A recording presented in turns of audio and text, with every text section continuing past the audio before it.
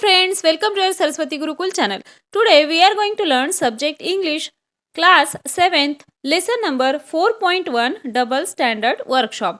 तर विद्यार्थी मित्रांनो, आज आपण डबल स्टँडर्ड ही कविता पाहणार आहोत. या कवितेचा स्वाध्याय पाहणार आहोत. या कवितेमध्ये कुठलेही वॉर्मिंग अप ॲक्टिव्हिटी दिलेली नाही किंवा कुठलेच प्रश्नही दिलेले नाहीत. डायरेक्टली आपण वर्कशॉपला सुरुवात करूया. तर यातील पहिला प्रश्न आहे, list all the words that the grown ups in the poem used for the child. म्हणजे जी मोठी माणसे आहेत, छोट्या मुलांकरिता कोणकोणते शब्द वापरतात ते शब्द आपल्याला लिहायचे आहेत. Lazy, stubborn, shocking and rude, clumsy और careless, terror, wild and naughty, wrong, etc. These some words used for the child by grown-ups.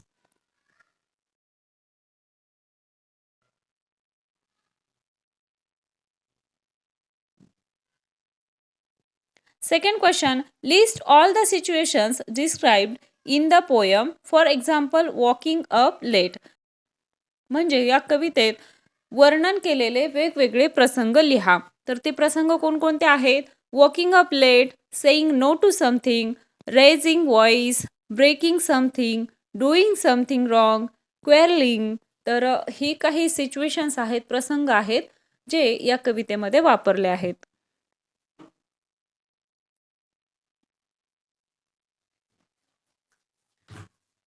Next question, find the antonyms of lazy, rude, firm, careless, wrong. Antonyms म्हणजे काय?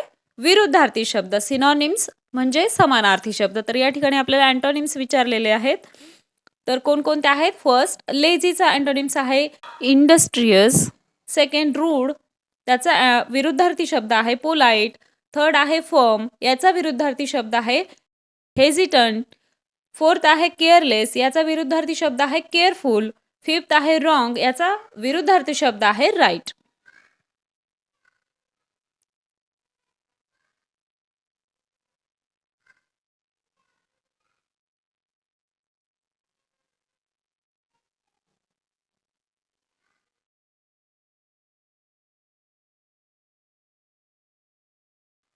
Fourth question आहे, translate the following into your mother tongue. Stubborn, firm, careless, helpless, clumsy, naughty. तर ही काही शब्द दिलेले आहेत, ती तुमच्या मातृभाषेमध्ये तुम्हाला भाषांतरित करायची आहेत. आपली मातृभाषा मराठी आहे, तर आपण हे मराठीत भाषांतरित करू. आता काही जणांची हिंदी ही मातृभाषा असेल, काही जणांची सिंधी, अशा वेगवेगळ्या भाषा ज्या मातृभाषा आहेत त्यांच्या, त्या मातृभाषेमध्ये हे त्यांना ट्रान्सलेट करायचं आहे. तर आपण मराठीत करूया. फर्स्ट बघूया, स्टबॉर्न म्हणजे काय? हट्टी.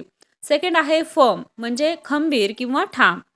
थर्ड आहे केअरलेस म्हणजे निष्काळजी. फोर्थ आहे हेल्पलेस म्हणजे असहाय्य किंवा दुबळा. फिफ्थ आहे क्लमझी म्हणजे वेंधळा. आणि सिक्स्थ आहे नॉटी म्हणजेच काय? खोडकर.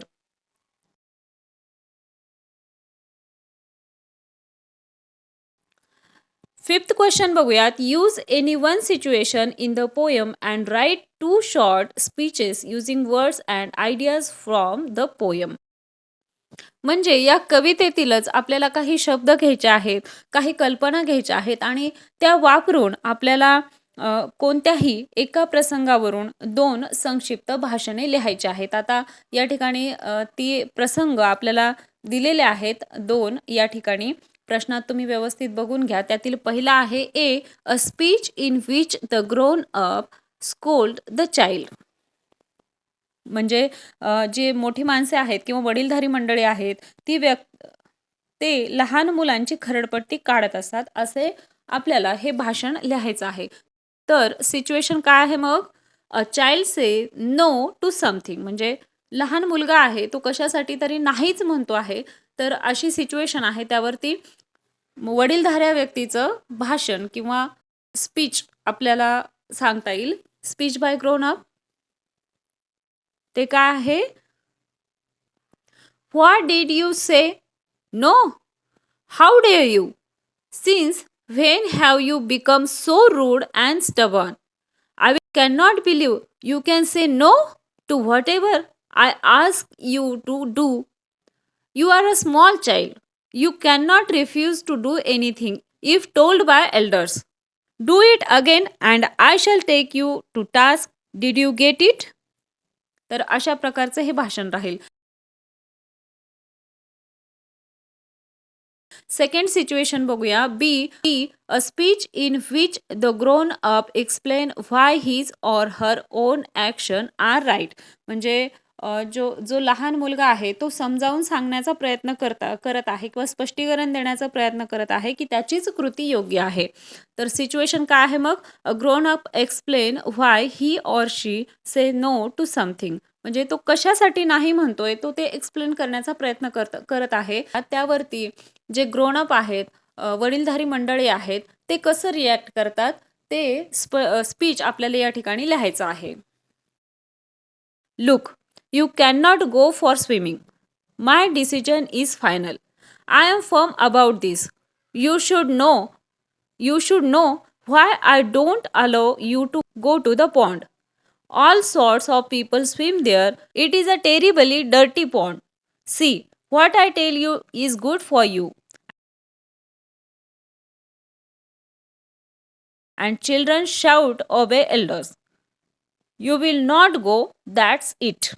तर अशा प्रकारचं जे वडीलधारी मंडळी आहेत, ग्रोनअप आहेत, त्यांचं हे स्पीच आहे किंवा त्यांचं हे म्हणणं आहे.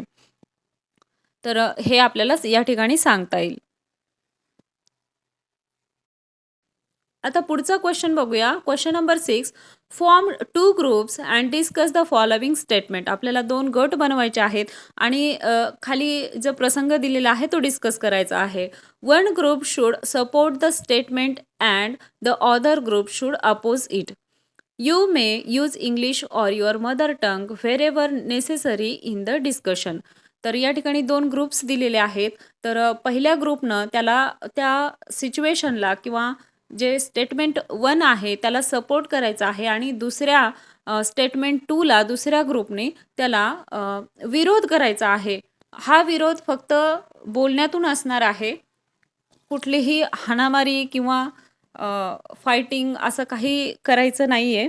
तर विधान 1 किंवा स्टेटमेंट 1 बघूया. A grown up is always right. म्हणजेच मोठ्या व्यक्ती आहेत, वडीलधारी मंडळी आहेत, ते नेहमीच बरोबर असतात किंवा नेहमी बरोबर सांगत असतात. हे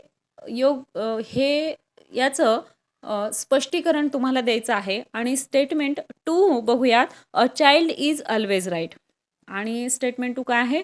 लहान मुलं नेहमीच बरोबर असतात. मग एका ग्रुपनं स्टेटमेंट 1ची बाजू घ्यायची आहे आणि एका ग्रुपनं स्टेटमेंट 2ची बाजू घेऊन हे चर्चा तुम्हाला तुमच्या मातृभाषेत करायची आहे किंवा इंग्लिशमध्ये करायची आहे. तुम्ही ज्यामध्ये कम्फर्टेबल असाल त्या भाषेमध्ये ही फक्त चर्चा करायची आहे. यामध्ये लिहिण्याचा कुठलाही भाग नाही आहे. फक्त हे डिस्कशन होण्यासाठी तुम्हाला हा प्रश्न दिलेला आहे. आलं लक्षात? आशा आहे तुम्हाला सर्व प्रश्नांची उत्तरे समजले असतील. हा व्हिडिओ तुम्हाला कसा वाटला ते कमेंट करून नक्की सांगा. व्हिडिओ आवडला असेल तर व्हिडिओला लाईक करा, तुमच्या मित्रांना हा व्हिडिओ शेअर करा आणि सर्वात महत्त्वाचं म्हणजे चॅनलला सबस्क्राईब करा. भेटूया पुढच्या एका नवीन व्हिडिओमध्ये. तोपर्यंत धन्यवाद.